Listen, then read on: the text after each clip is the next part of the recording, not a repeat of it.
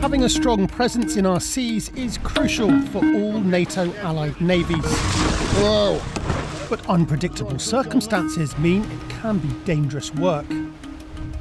Any search and rescue operation at sea is fraught with risks and difficulties and requires a lot of cooperation and coordination. But what happens when a crisis strikes under the water? At any given time, hundreds of submarines are in operation worldwide. For NATO, they deter nuclear threats, gather intelligence, conduct anti-submarine warfare and support special operations, all while remaining stealthy and effective in different seas and oceans. But what if something goes wrong? We're off the coast of Norway in the North Sea, a great grey expanse stretching out in front of us, and we're here to do a deep dive on submarine search and rescue. I'd be going down to the depths of the North Sea to find out just what it takes to respond to a submarine in distress. Wow, it is a tough squeeze, isn't it? Yeah. So I should have eaten fewer cakes, actually.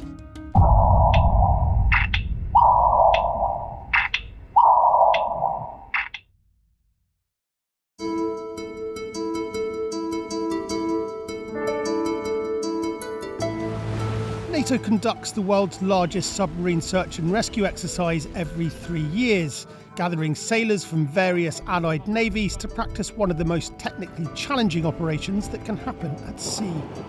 Normally a submarine, it's something you want to keep very classified. You don't share what you have, but regarding rescue, you share everything with everyone that's a part of this cooperation.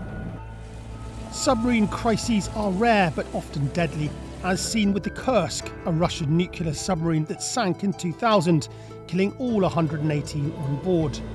After the Kursk disaster, NATO allies and partners formed the International Submarine Escape and Rescue Liaison Office, or ISMERLO, a global coordination centre that monitors submarines and mobilises multinational rescue efforts. It ensures specialised rescue ships and equipment are on standby whenever submarines are at sea. If you go out in a car and there is a traffic accident, you want the ambulance to come and help you if something happens. It's the same thing with submarine rescue, because we've got people out there, our submariners. We have to take care of them. When a submarine gets into trouble or disappears, the first step is finding it. I boarded the Turkish rescue ship, the TCG Alemdar, to speak with its commanding officer about how that's done. We can see the image of the missing submarine. The sonar beams strike to the submarine and comes back to our transmitter. We can provide the image of the submarine and we can decide is it stable or is it inclining, declining. We can see what kind of situation is the submarine also. Once a submarine is located, the next step is communication. That's where these guys come in.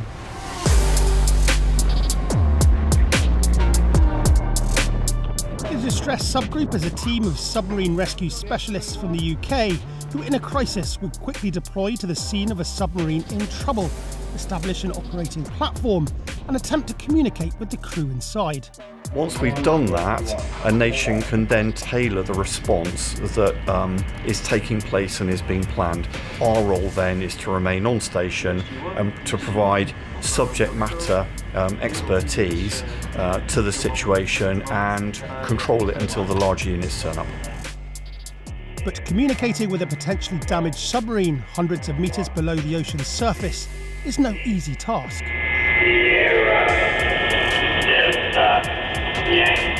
Right now, obviously, I'm hearing quite a strange sounding voice. So what is that and where's it coming from? What is happening at the moment is that we're hearing the underwater communications coming from the DISUB, and that distortion is because of the sound path coming through the water. It is the water causing that distortion. You will also hear some radio communications as well, and that's us talking to our ribs, which are deployed on top of the DISUB site. Sierra, Delta, Yankee. International cooperation is crucial in submarine rescue. During the exercise, the Distress Subgroup operates from a Dutch support ship. In a real emergency, combining resources like this could be key to an effective response.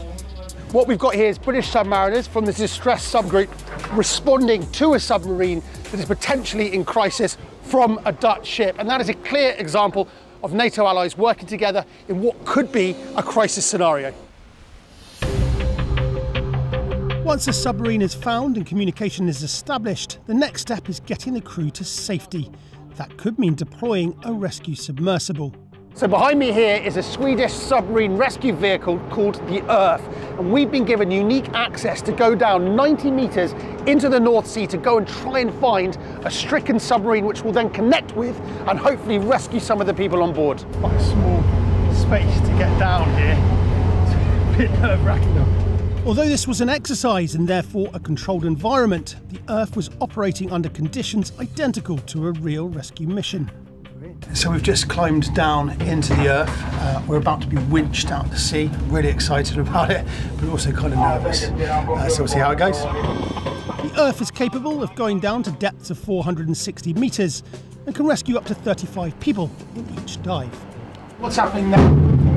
Now we're lowering down the water. It's in the front as well. Now we're in. We've just seen the water slowly fill up over the front window, so we now know that we're in the North Sea and we're on our way down. In submarine rescue, securely connecting a rescue vehicle to a submarine's escape hatch is called mating. Our goal was to mate with a Swedish submarine, the Upland. Very briefly, stage by stage, go down. Localize, go down, on top mate. And then when the water is down, we're going to signal to the submarine that we have a good seal, we have drained down, and then we can open the hatches. So we're now 85 metres down and we've just seen the submarine, and if you look through here, crystal clarity, you can see that white cross, and that's the sub that we are about to mate with. With the water drained and the vessel successfully mated, it was time for the moment of truth, opening the hatch.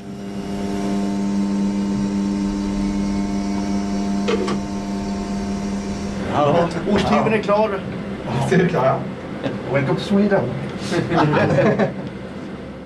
With our submariners successfully rescued, we were invited down into the submarine to meet the commanding officer and see how they were communicating with the surface vessel. Welcome on board. Thank you very much. So right now we're with Leonard, who is the CEO of the Uplander. So Leonard, how does it feel knowing that you have this vast submarine rescue support ship and of course the SRV that can come down in case there's a crisis scenario? How does that make you feel as a submariner? It's really good because there's a good insurance to go out at sea. We never go out without submarine rescue available. We are really depending on the rescue operations. But they are working like a fire station, ready to get out. You hope you don't need them, but they are ready.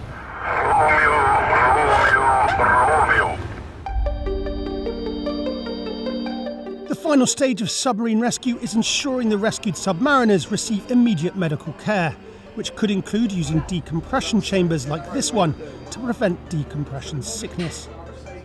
The way the system's set up now, we've mated the SRV to the system, which means we can now do transfers under pressure. Why is it so important that the rescuees end up in a decompression chamber before they go to the normal outside world? The bends, the decompression illness, so what we want to do is stop that. So we want to get them, if they've been at pressure for long, we can get them up at the same pressure, bring them in, and then the doctors can then put them onto a dive table to get them back to atmosphere at a safe condition. Rescued submariners, like anyone after a traumatic disaster, may need psychological support in addition to medical care. And when we talk about mental health issues, what kind of issues are we talking about? I actually would probably rephrase it from mental health issues to normal reactions to an abnormal situation. At the end of the day, what we're there to do is instill the continued sense of human resilience and confidence and capability that every person who is faced with a tragedy or disaster is likely to have inside of themselves. Submarines are a vital part of the NATO arsenal and crucial in keeping our populations safe. But just as crucial is protecting those who protect us. Submarine rescue is a daunting and difficult task that is thankfully rarely required. But if something does happen under the seas, allies have the resources, equipment and dedicated personnel to work together to respond to any crisis in the deep.